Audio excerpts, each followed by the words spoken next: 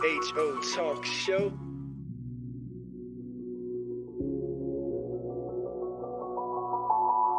I to the Ism, H to the Izzo Talk Show on Charlottesville's number one for hip hop and R&B classics, 101 Jams. Sir Charles, Miss Max, back like we never left. Tell a friend, tell a friend.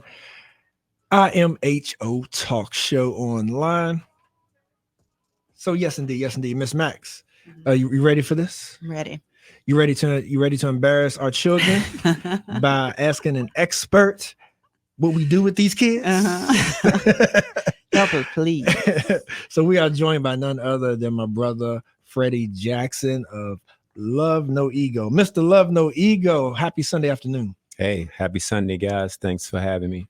Yes, indeed, man. Anytime. You know, man, like we have different resources in town. Some folks aren't as aware of. And the beauty that I see in that too is that like it's a variety out here. And so many times we need to still figure out how we like congregate such things so that we can affect the whole change, the entire change, you know. But something I appreciate about you, and I want you to present to some and introduce to others, Love No Ego, the foundation, because you're not a respected person when it comes to who you mentor. So definitely can appreciate that. And so yeah, like let's start right there. Like I said, present to some, introduce to others, the Love No Ego Foundation. Yeah, absolutely. And to commend you or further elaborate on what you said about, you made me think about what I do in the brand and the lane, and we all have these different resources. You know, it truly takes the village, man. Like it truly does. Like I can be so passionate about my mission, but I still need you. I still need other resources because, you know, there's millions of kids, you know, to be impacted, and our kids in our community, they all have different interests, different passions. You can reach them a better way, perhaps, than I can, but collectively we can make that change, you know? Right. So, That's right. But Love No Ego, you know, working with the youth and young adults, ages 10 to 24, just helping them live more humanly, man, like igniting that natural human love space that they have, that natural intuition, while being aware of the egotistical influences and the peer pressures and all the unfortunate things that come at them that promote that fear, promote that division, separation, you know. So we want to help, in a nutshell, we want to help lead them to purpose. Because once they have purpose, man, like they take off, you know. And so we want to implement our curriculum, share ways with them on how to look more inward than they look outward. You know, depending on that outside world, it's very, very, it's temporary. You know, it's materialistic, and it doesn't provide the purpose and the inspiration and foundation within that's not easily shaken by the noise and the chaos. So we can help them develop that foundation within and move forward with that, connect them to the resources that they're interested in, their goals, their desires, but they take off running with this Love No Ego message, you know, and have that foundation. So we go into all the schools, we do full-on assemblies and presentations, try to boost the morale of their whole environment, right? And we follow that up with any classroom workshops. Like we'll come back and have lunch, we'll come back and do a cereal buffet with them. Okay. And the cereal buffet is all about sharing similarities and celebrating differences. So it's all about diversity. Like we treat the cereals like different walks of life, all different shapes, different colors, different sizes. But we're in this bowl/world together. So how do we make this thing work? You know, we have our own little creative workshops that we do like that. But so I'm normally a frosted flake man. So what does that mean about me? So you know what tell me we'll something do about with you. myself. So this is what we'll do with you. You'll come in, right, and you'll fill out a little 5-question thing. And 2 of those questions are, what's your favorite cereal and what's your least favorite cereal? And we have all the cereals there, man, from the cheap old $2 Honey Smacks to the $13 box of organic Gashi, right? Kashi, right? So we're going to take one of the exercises that we do. We're going to take your favorite, that frosted flake. We're going to take one flake. Okay. We're going to put it in a bowl. And then we're going to take your least favorite, whatever you said that was. We're going to dump it on top of it, right? And then we're going to pour your least favorite milk on it, on top of it.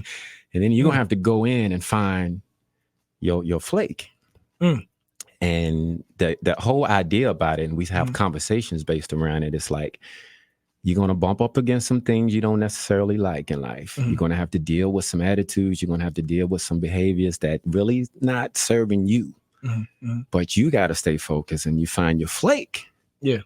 It's damn sure worthwhile, right? Yeah. It's worth the journey when you find your flake. When you find it. Yeah. So we have this little creative things that we do with them like that in our workshops. We got another workshop, Too Much Media, Not Enough Social. It's like focused on the digital divide and how to use the tool, and don't let the tool use you. You know, like I could pick up these headphones and I throw them at you. Are you going to blame the headphones or are you going to blame me? Right. So we got to stop blaming tools. Like it's us, it's human behavior.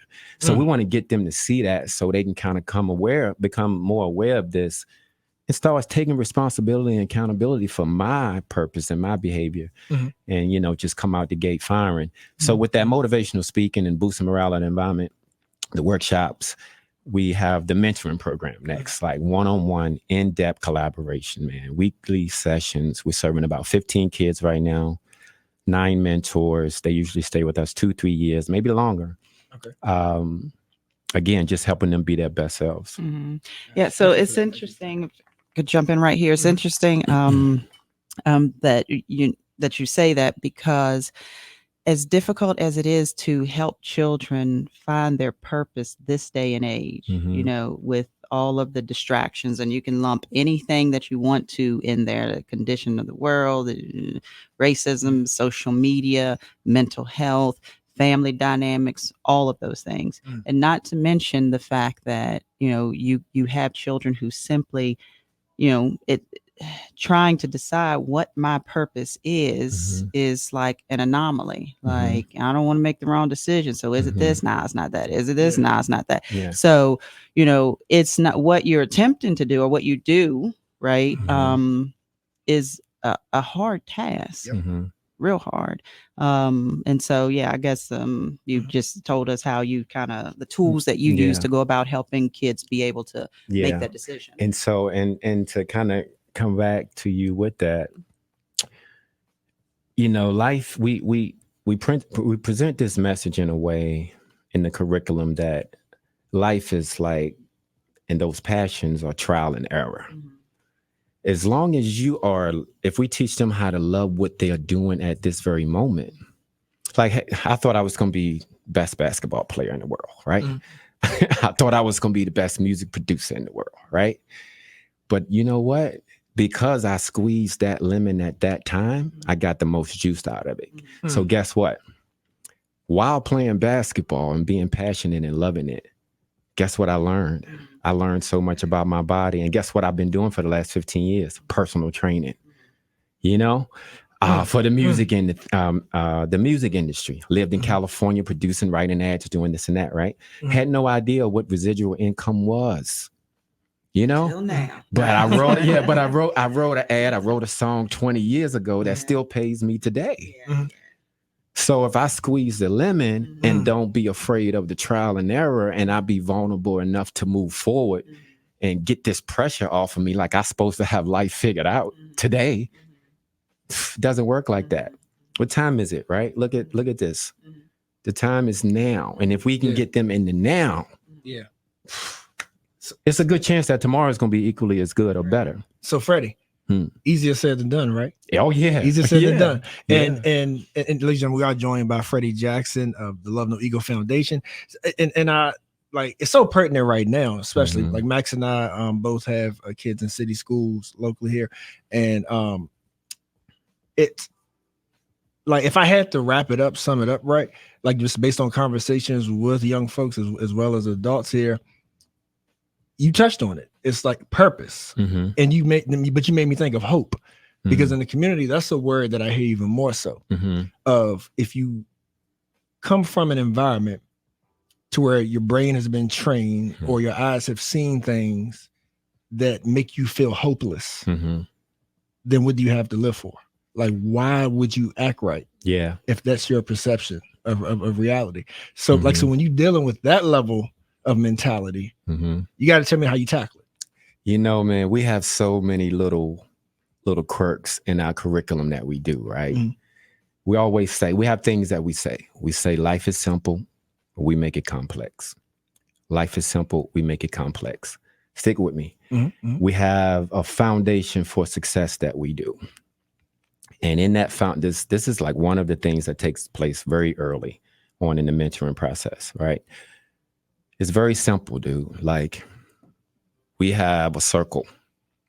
I'm giving you the condensed version here. Mhm. In the inside of this circle, I want you to write everything that's natural that you can Okay. think of in the universe. Oh, that's one, universe. Mhm. Everything that you can think of that's natural. And they start to think like, wait a minute, like, natural. Mhm. Like, life is simple. Let's not make it hard. We make it complex. So in this circle, you have, oh, okay, universe. Mhm. Do you mean trees? Yeah, that's natural.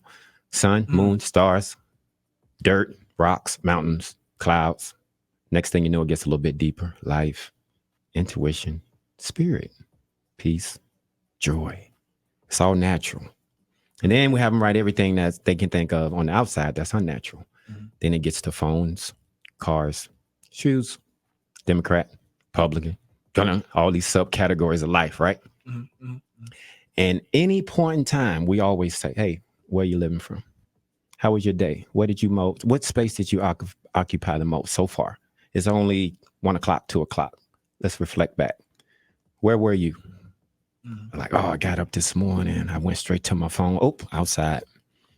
All right, what else you did? I did food outside. When you gonna take some time for you? Mm. Because without this inside in this natural space, you wouldn't even be alive. Right. And we need to let them kind of know. That's why we do 95% of what we do occurs in nature. Right. Right. Because it helps to hone in that message, right? Mhm. And then we say, okay, well, what are these things for? They're not all necessarily bad. You have some interest. I grabbed basketball, right? I grabbed it. What are you going to grab? Like, dude, I'm from Buckingham County, right? My first basketball court was my bicycle rim nailed on a tree, no nets, no backboard. Fast forward, I'm going to Puerto Rico for basketball tournaments. I'm going, like, how does that happen? Right. Right. You know, Right. you got to use the tool, but most often once we come out of the wound, it's on because the performance starts. Mhm.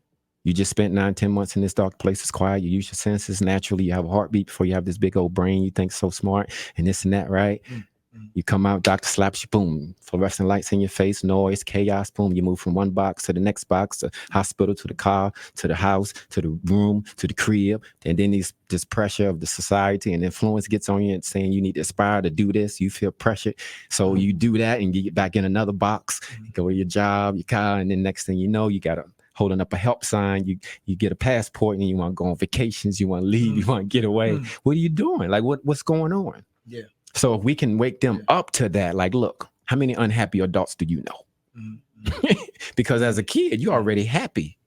Yeah. Somebody come along and make you unhappy. That's right. So as an adult now, it flips. Somebody got to make you happy. You know? So like, look at it. So what happens in the middle of this midlife, or if you want to call it midlife, what happens there? You need to look at that. Remove that programming that's not serving you. Let's put this Love No Ego curriculum right in here, and we're going to help you grab all these tools of the world. I don't care if you wanted to be the doctor in January and you were super, super passionate about it. February hit, you like, know what? Forget that. I'm going to be the next Dr. Martin Luther King. I want to speak. I want to inspire people. Okay, we're going to help you try to do that. But you know what? It builds a journey of discipline. It builds a journey of purposeful action, even if it's purpose change. So I hear you saying that the majority of people probably, I guess, are living in this realm of unnatural, right? And at any given time, we can choose to transition into the natural realm of living. And so, again, which ain't easy, right? And all of the things that decisions, mindset, perspectives, what have you, that an individual is living by, has connections to other people whom we can't control in terms of being more in our natural realm. So there's going to be some friction, right? Because we're trying to reside in natural and, we're connected to a lot of things that aren't good for us. So practical ways of a kid, a human being transitioning and being able to stay centered in that natural realm of living throughout their life, setting a can't think of the word I want to use, but just making it the norm of living that way. Kind of creating a little pattern and lifestyle. Take a walk, like in nature, walk on the trail, just walk, go sit by water. Like it's, we need to understand that it's simple, inevitable. Right? Like it's inevitable and undeniable when it comes to being you. You have to be you. Because you can say God, you can say love, you can say the big tree outside. It's all natural. It's all bliss. But it gave it to you, right? So it's you can't be something that you're not. That's why our phrase is a courage to be you, because we want to give them that courage to be you. So some ways to find that center and being you is honestly, if we got to teach them how to be quiet, how to be still, how to look within first before they look without. Before you start checking all these boxes of the world, recognize the source right here. Like if I say, I love my shoes and I love these material things, we automatically, it's just programming. We skip over the source. We skip over where the recognition comes from in that feeling, in that space. Yeah. Right? Yeah. And being natural is just, it's the, like, if you want to say God, like God gave you life. That's the gift right there. And if we can build gratitude upon that,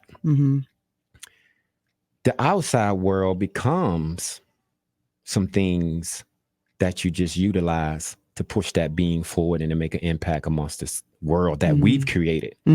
We think that's reality. That's stuff that we made. How's that reality? See, I'm with you. I truly, really am, right?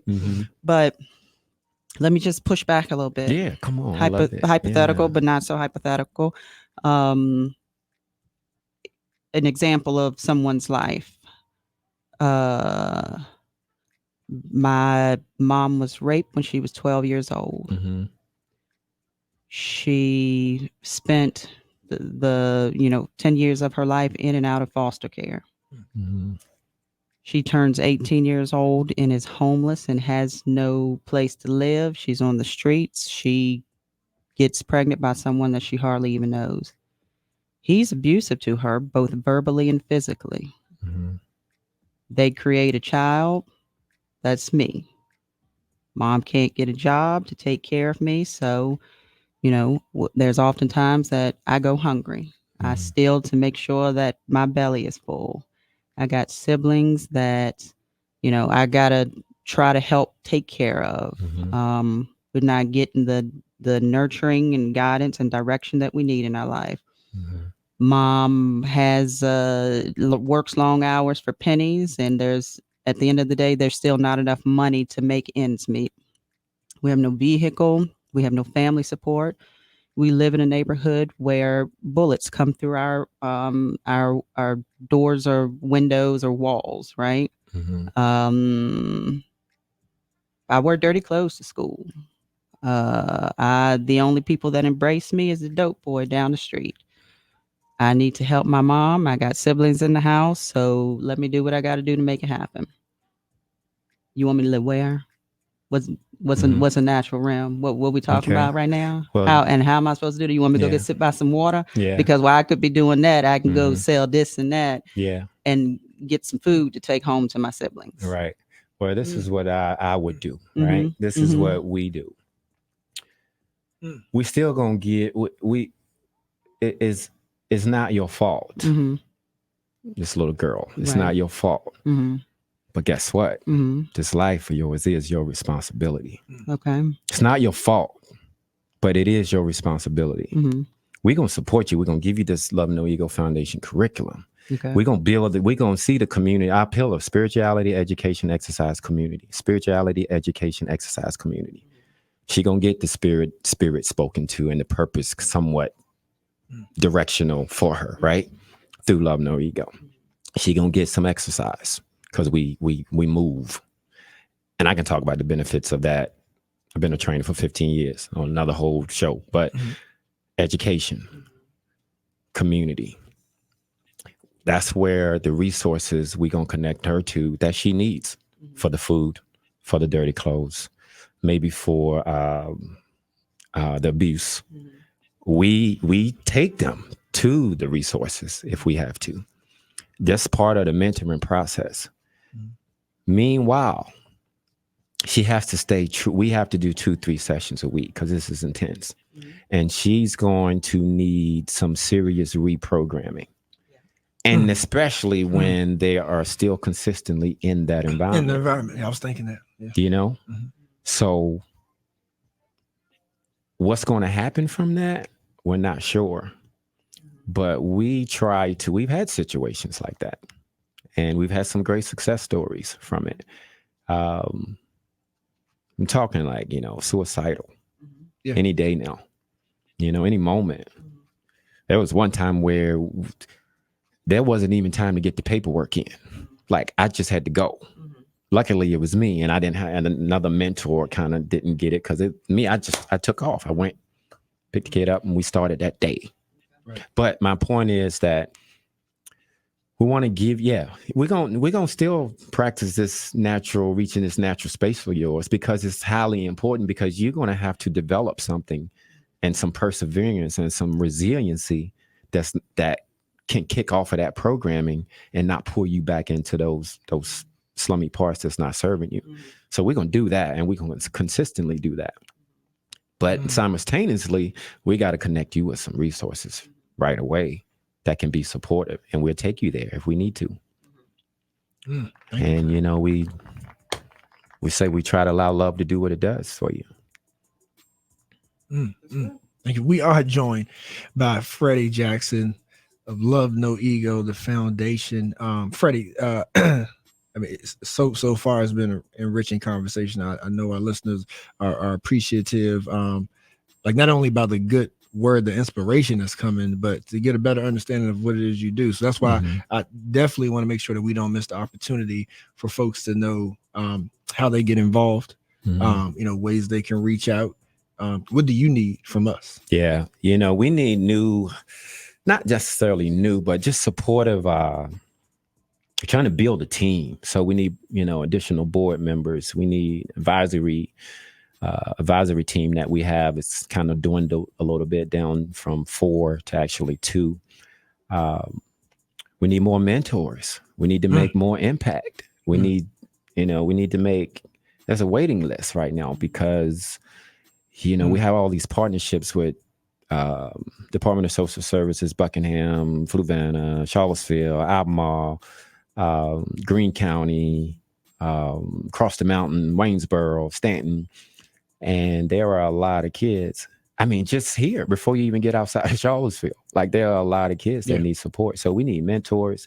We need volunteers. We need people to step up and come in and say, what can I do? And we'll place you where you can be the most effective. That means on the board. If that means volunteering, if you have a desire to become a Love No Ego mentor, we have our in-house training. We have some external training. We do trauma-informed care training. We do a lot of training to make sure that we are able to serve these kids to the best of our ability. But check us out, lovenoego.org. You can send me an email, Freddie at lovenoego.org, Freddie with the Y, 2 Ds. But if you go to the website, and hit the contact button and fish around a little bit, you'll see all the ways to reach out to us. Gotcha. Definitely an informative website. And as I'm hearing you talk to, I got to imagine that this curriculum, it's hard to do group mentoring, right? It's almost like sometimes you need to identify a mentor for a mentee. Yeah. Would that be accurate? Yeah. Because we match, based on the goals and the service plans and the needs and the trauma. That's if it applies. But we do group sessions as well. We try to do them at least 6 times a year. So every other month, all the mentors bring their kids out, and we might go into Blue Ridge and do a big hike together. Have some Love No Ego activities. Are you doing these type of programs with city schools? Yeah. Okay. So we haven't touched unfortunately, we haven't touched the high school yet. You know, and speaking of the high school, We need you. yeah, we haven't need touched. you. We've had kids in our program, in the mentoring program. I mean that flourished big time, like big time. One of my favorites, one of our favorite kids, went to Charlottesville High, and when he came in, he was a sophomore. Dark. He was dark. When I met him, he was just like looking at me like, "What you think you gonna do for me, dude?" You know. And now he's volunteering. He's speaking at our golf tournaments. He's turning down jobs. He's, you know what I mean? He's flossing like purposefully, and that just, that just gives me goosebumps because that's why we do it. Yeah, and I'm glad Miss Max brought that up too, because I'm sure there's some people listening saying, "Well, man, it's like, you know, CHS is already calling me saying that I need to get in there." Yeah, you know what I mean. So I'm sure people are listening, like trying to prioritize, like where they put their resources, because you know, especially when you're talking to volunteering route, everybody knows it's needed, but also most people are short on time. So I'm glad Miss Max asked that, because you know, like for the listener that's trying to make that decision to see how what you do can relate to you know, like to an issue that's already at hand, and then you know, so them feeling like I can address it through this. You know what I mean? Yeah, absolutely, man. And you know, we have a person on the ground, community connector, Wendy, who reaches out to all the schools and tries to bring the message there. And you know, something new that has started over the last 2 years was bringing it to the corporate world. So I go and speak at school boards, annual conferences, and talk about the curriculum. And treat it as if we have to have this heart-led engagement in leadership, because that's where we can connect first, you know, with each other and the people that we're trying to serve. Right. You know, the curriculum, it is what it is. That might suck, but okay. But how can we keep our wits about each other, serve the kids, do our job that we're here to do, that we signed up for, and truly just make connections? It's difficult, but that's the most important thing. Yeah. And what stands out about this too, people would be surprised of like how many folks, particularly children, who like city or like urban areas are all they know. Maybe never seen nature to the extent that you're talking about, and how opening, how eye-opening, like how that opens your chakras. Yeah, like just to be in tune with nature if you've never experienced it. And you know what's so funny, man? Like we're talking, and that thing I said a little while ago about it's inevitable. Like this is what you come from. This is what make up your human spirit and body, right? This is what makes you up. Yeah. This is so. You know, why do we like have these pull-offs on the side of the road on 64? Right. Like people, it's always packed. You don't even question. You pull over and you just stop, you go over there and you look. Right? It feels good to take a shower. Water coming over your body. Your body's already 75% water. And when you can kind of match that rhythm, what's the word I'm trying to say? If you can almost kind of match that flow with the water coming over you, like it's peaceful. You ever notice how good thoughts come to you maybe in the shower?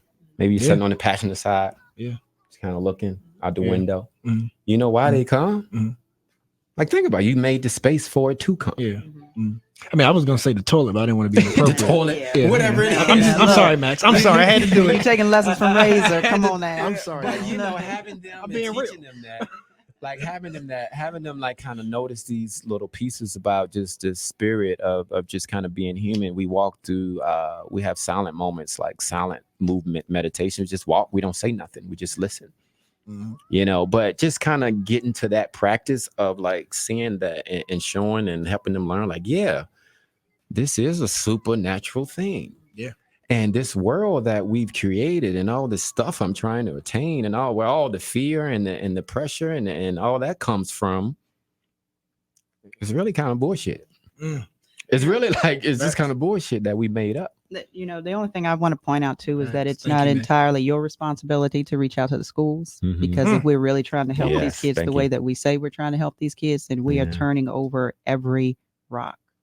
So yeah, just want to Yeah. put Yeah. that out there. Well, Miss Yeah. Max, while you got the mic, thank you, Freddie. But I'm gonna let the Queen close us in her fashion. Come on, Queen. Yeah, it's not like that. Look, I want to thank Freddie for sharing his some time with us on Sunday. Thank you for what you do. Keep doing what you do. And it's good to see, always a friendly face to see you in the community. And happy about your work. Mm. Happy about the contribution that you're making to the universe or to individuals' lives. So thank you for that. Yeah, absolutely. Love you guys. Thanks for having me. Yep. All right. We'll be right back. Stay with us. IMHO Talk Show.